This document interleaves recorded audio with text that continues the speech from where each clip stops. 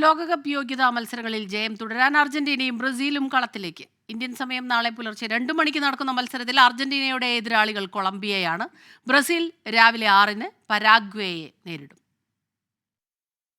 Copa America ഫൈനലിന് ശേഷം അർജന്റീനയും കൊളംബിയയും വീണ്ടും മുഖാമുഖം. അന്ന് ലൗട്ടോറോ മാർട്ടിനസിന്റെ ഒറ്റ ഗോളിന് ജയവും കിരീടവും നേടിയ അർജന്റീനയുടെ ലക്ഷ്യം ലോകകപ്പ് യോഗ്യതാ റൗണ്ടിലെ വിജയക്കുതിപ്പ് തുടരൽ. 7-ൽ 6 മത്സരങ്ങളും ജയിച്ച ലോക ചാമ്പ്യന്മാരായ അർജന്റീന 18 പോയിന്റോടെ പോയിന്റ് പട്ടികയിൽ 1-ാം സ്ഥാനത്താണ്. 11 ഗോളടിച്ചപ്പോൾ വഴങ്ങിയത് 2-2. നായകൻ ലിയോണൽ മെസ്സിയുടെ അഭാവത്തിലും കഴിഞ്ഞ ദിവസം ചിലയെ എതിരില്ലാത്ത 3 ഗോളിന് തകർത്തതിന്റെ ആത്മവിശ്വാസവും ആൽബി സെലസ്റ്റകൾക്കുണ്ട്.